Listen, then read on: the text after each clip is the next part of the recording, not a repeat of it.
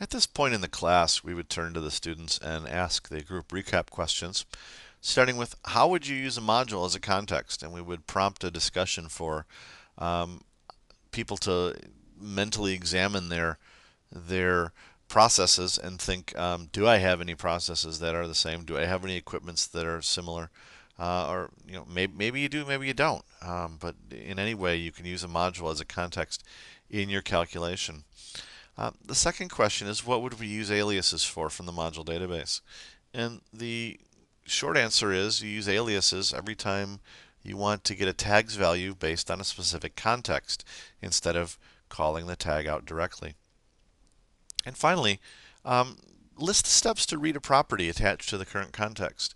And it's fairly easy. If you remember, we simply dimension a couple variables. We dimension a variable called PyMDBContext as a Py module, and then we dimensioned our database limit variable as a double.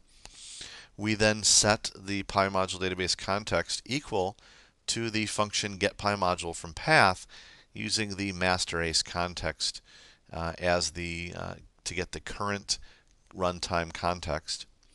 We then set our limit variable equal to the context and property. We had to call the specific property out, and then the value, so the context property value, and then we simply use that variable in our calculation.